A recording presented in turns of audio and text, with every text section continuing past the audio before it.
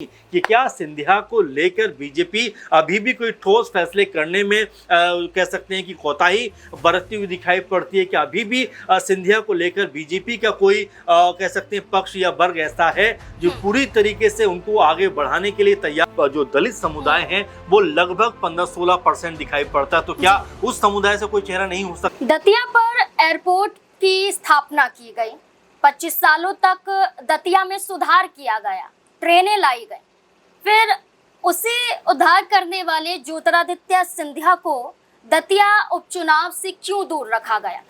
वो ज्योतिरादित्य सिंधिया जो कुछ वक्त पहले मुख्य चुनाव प्रभारी बनाए गए थे, ऐसी चर्चा खबरों में आ रही थी। इसके बाद मुख्य चुनाव प्रभारी का चेहरा बदल जाता है। ग्वालियर के सांसद भरत सिंह कुशवाहा को मुख्य चुनाव प्रभारी बना दिया जाता है। आखिरकार इसकी वजह क्या हो सकती है? ज्योतिरादित्य सिंधिया को दूर क्यों किया गया? और खुद ज्योतिरादित्य सिंधिया अपने संसदीय क्षेत्र में सक्रिय हैं, लेकिन क्यों दतिया तक नहीं पहुंच रहे हैं? जबकि जब प्रचारकों की लिस्ट जारी हुई तो इसमें मुख्यमंत्री मोहन सिंह यादव के साथ साथ शिवराज सिंह चौहान और ज्योतिरादित्य सिंधिया का भी नाम था। इसी के साथ बड़े सवाल खड़े हो जाते हैं कि क्या सिंधिया का अपमान बीजेपी में हो रहा है, या सिंधिया ने खुद दूरी बना ली है, या किसी बड़े चेहरे की वजह से सिंधिया को साइडलाइन कर दिया गया है? इसी पर चर्चा करेंगे और चर्चा करने के लिए वरिष्ठ सहयोगी अमन जी हमारे साथ मौजूद हैं। सर, एक तरफ नरोत्तम मिश्रा है जो कभी सहानुभूति पाते हैं तो कभी कड़े लहजे में जवाब देते हुए नजर आते हैं। अब ज्योतिरादित्य सिंधिया हैं जो अपने संसदीय क्षेत्र का दौरा कर रहे हैं, लेकिन दतिया तक नहीं पहुंच रहे हैं। आपको क्या लगता है, क्या बीजेपी की तरफ से यानी कि अपनी ही पार्टी की तरफ से उन्हें दरकिनार किया गया है? उन्हें क्या दूरी बनाने की हिदायत दी गई है? कैसे देखते हैं? देखिए, बिल्कुल। और जिस तरह से नरोत्तम मिश्रा का टिकट इस सीट के ऊपर से कटा, उसके बाद में आशुतोष तिवारी का नाम आया और नाम आने के बाद जो हो हंगामा होता हुआ दिखाई पड़ा। और फिर ऐसा लगा कि क्या नरोत्तम मिश्रा को टिकट दे दिया जाएगा, लेकिन टिकट जो है वो आशुतोष तिवारी के पास ही रहा। लेकिन उसके बाद बीजेपी ने एक बड़ा फैसला किया, क्योंकि ये खबरें लगातार उस वक्त कह सकते हैं तमाम बड़े मीडिया चैनलों पर चली, तमाम बड़ी वेबसाइट्स पर आई कि ज्योतिरादित्य सिंधिया को बीजेपी ने एक बड़ी जिम्मेदारी सौंपी है कि वो दतिया के ऊपर एक बड़ी भूमिका में नजर आएंगे और वो मुख्य चुनाव प्रभारी के तौर पर बीजेपी के लिए रणनीति बनाते हुए दिखाई पड़ेंगे। या यूं भी कहा जा सकता है कि बीजेपी के जो प्रत्याशी हैं आशुतोष तिवारी, उनके लिए एक माहौल बनाते हुए दिखाई पड़ेंगे। और ये खबर लगातार सुर्खियों में बनी रही, लेकिन अचानक जो नाम निकलकर सामने आता है उस नाम ने हैरान भी किया और सवाल भी खड़े किए गए कि क्या वाकई में यहाँ पर कोई बड़ा खेल हुआ है, क्या कोई बड़ा फेरबदल हुआ है? क्योंकि आपने भी देखा कि तमाम वेबसाइट्स ने, तमाम चैनल्स ने ये पुख्ता लगभग कर दिया था कि ज्योतिरादित्य सिंधिया ही मुख्य चुनाव प्रभारी होंगे। लेकिन अचानक से ग्वालियर के जो बीजेपी सांसद हैं जिनका नाम भरत सिंह कुशवाहा है, उनका नाम अचानक सामने आता है और उनको बड़ी जिम्मेदारी देते हुए मुख्य चुनाव प्रभारी बीजेपी नियुक्त कर देती है। हालांकि ये खबर जो है बहुत चर्चाओं में नहीं रहती कि सिंधिया को हटाकर या सिंधिया का नाम आने के बावजूद भी यहाँ पर भरत सिंह कुशवाहा को क्यों जिम्मेदारी सौंपी गई। लेकिन बिल्कुल सोशल मीडिया पर लेकर इस बात की चर्चाएं भी रही कि क्या सिंधिया को लेकर बीजेपी अभी भी कोई ठोस फैसले करने में कह सकते हैं कि कोताही बरतती हुई दिखाई पड़ती है। कि अभी भी सिंधिया को लेकर बीजेपी का कोई कह सकते हैं पक्ष या वर्ग ऐसा है जो पूरी तरीके से उनको आगे बढ़ाने के लिए तैयार नहीं है। क्योंकि जब उनका नाम सामने आया तब लगभग ये लगा कि सिंधिया जो है अब दतिया को लेकर एक बड़ी मजबूत रणनीति बनाएंगे। अच्छा सर, इसके पीछे ये कहा गया कि जातीय फैक्टर है, इसलिए भरत सिंह कुशवाहा को दतिया पर उतारा गया है मुख्य चुनाव प्रभारी के तौर पर। क्या जातीय फैक्टर ही है या पुरानी दुश्मनी भी यहाँ पर? देखिए, अगर सिर्फ जातिगत फैक्टर की आप बात करेंगे तो आप ये कहना चाह रहे हैं शायद कि कुशवाहा जो है दतिया सीट के ऊपर 12-13% है। लेकिन जातिगत फैक्टर की अगर बात करें तो दतिया के ऊपर जो दलित समुदाय है वो लगभग 15-16% दिखाई पड़ता है। तो क्या उस समुदाय से कोई चेहरा नहीं हो सकता था? वहीं अगर हम सवर्ण समाज की बात करें तो 15-16% वो भी यहाँ पर नजर आते हैं। तो क्या उस समाज से कोई चेहरा नहीं हो सकता? तो ये भी तमाम सारे सवाल निकलकर सामने आएंगे। लेकिन सिंधिया को जिस तरह की जिम्मेदारी दी गई और फिर वो जिम्मेदारी कह सकते हैं कि वापस ले ली गई एक तरीके से, और तमाम तरह के सवाल खड़े होते हुए भी दिखाई पड़े कि जब सिंधिया का नाम निकल कर सामने आया उसके बाद में अचानक से भरत सिंह कुशवाहा की एंट्री कैसे हुई, किस तरह से वो मुख्य चुनाव प्रभारी बन गए, किस तरह से सिंधिया का नाम जो है वो पीछे रह गया, और तमाम तरह की चर्चाएं इस पे भी होती हुई दिखाई पड़ी। और यही वजह है कि अब तक नरोत्तम मिश्रा लगातार प्रचार प्रसार तो कर रहे हैं लेकिन सिंधिया अभी तक प्रचार प्रसार में नहीं उतरे, जबकि उनका जो नाम है वो स्टार प्रचारकों की लिस्ट में है।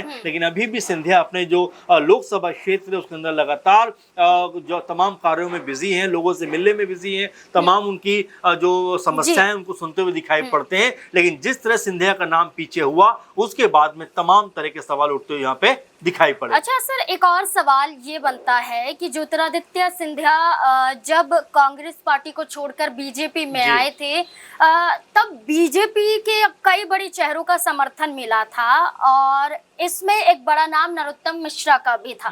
ये कहा गया जब राज्यसभा चुनाव में उस दौरान ज्योतिरादित्य सिंधिया को आगे किया गया था, उस दौरान नरोत्तम मिश्रा के घर पर आना जाना ज्योतिरादित्य सिंधिया का था। वहां पर वो खाना भी खाते हुए कई बार नजर आए हैं। तो वहीं से जो नजदीकियां ज्यादा बढ़ गई हैं, तो क्या नरोत्तम मिश्रा की खातिर भी दूरी बनाई जा रही है, क्योंकि वो खुद अब कड़े लहजे में जवाब दे रहे हैं अपनी ही सरकार को? देखिए, अभी हालांकि कुछ भी कहना बहुत जल्दबाजी हो जाए, क्योंकि अभी काफी दिन है जब चुनाव प्रचार हो सकता है, क्योंकि 30 तारीख को चुनाव है और 28 तारीख तक चुनाव प्रचार हो सकता है। नहीं, अभी भी देखा जाए तो 10 से 11 दिन कम से कम चुनाव प्रचार के हैं। तो हो सकता है सिंधिया आने वाले दिनों में चुनाव प्रचार करते हुए दिखाई पड़े। लेकिन सवाल ये नहीं है कि वो चुनाव प्रचार करेंगे या नहीं करेंगे, सवाल ये है कि आखिर जब उनका नाम इतनी बड़ी जिम्मेदारी के लिए सामने आया और तमाम जगह चर्चाएं भी उनको मिली, तब आखिरकार उनके नाम को लेकर ऐसा कौन सा खेमा था जो असहज होता हुआ दिखाई पड़ा। और जिस तरह का जिक्र आपने 2-4 नामों को लेकर किया, क्या उनके न आने के पीछे वो भी एक बड़ी वजह है? ये भी हम देख सकते हैं, क्योंकि सिंधिया अपने आप में एक बड़ा नाम इस समय बीजेपी के अंदर है, मध्य प्रदेश के अंदर एक बड़ा नाम है। ऐसे में अगर दतिया में वो आते हैं और अगर मुख्य चुनाव प्रभारी बनकर वो आते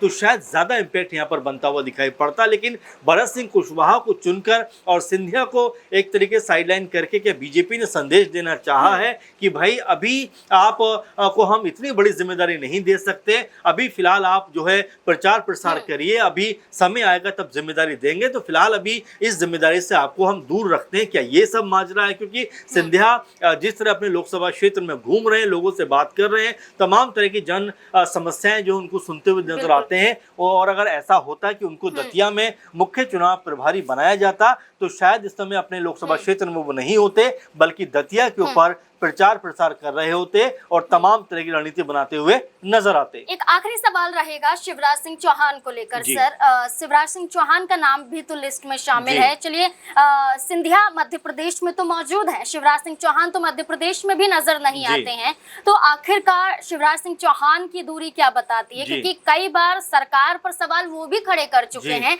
यहाँ तक कि जब उन्हें मुख्यमंत्री नहीं बनाया गया था तब भी उन्होंने नाराजगी जाहिर की थी। कहाँ मध्य प्रदेश से दूर हो गए शिवराज सिंह चौहान, और क्या लगता है कि सिर्फ दतिया ही नहीं, आने वाले विधानसभा चुनाव में ऐसी ही दूरी बनाते रहेंगे तो शिवराज सिंह चौहान का जो एक वक्त पर राज मध्य प्रदेश में था वो खत्म हो जाएगा? देखिए, बिल्कुल शिवराज सिंह चौहान, इसमें कोई दो राय की बात नहीं है कि बहुत बड़े लीडर हैं, 3-4 बार मुख्यमंत्री रह चुके हैं मध्य प्रदेश के, और तमाम तरह से उनकी जो बयानबाजी होती है, जो बातों को रखते हैं, लोग सुनते हुए नजर आते हैं। तो ऐसे में उनका भी मध्य प्रदेश में होना और खासकर दतिया में मौजूद रहना बहुत ज्यादा जरूरी है। अब हो सकता है कि क्योंकि केंद्रीय मंत्री हैं और ऐसे में उनको तमाम जिम्मेदारियों को भी जो है निर्वहन उनका करना पड़ता है, तो हो सकता है आने वाले दिनों में वो वहां पर नजर आए। लेकिन जो संभावनाएं लगातार बनती हुई दिखाई पड़ती हैं, जो उम्मीदें लगातार बनती हुई नजर आती है, क्योंकि कांग्रेस पार्टी वर्सेस बीजेपी के बीच में एक कड़ा मुकाबला है। कांग्रेस पार्टी 2023 में इस सीट को अपने नाम करवा चुकी थी। अब ऐसे में जब उनके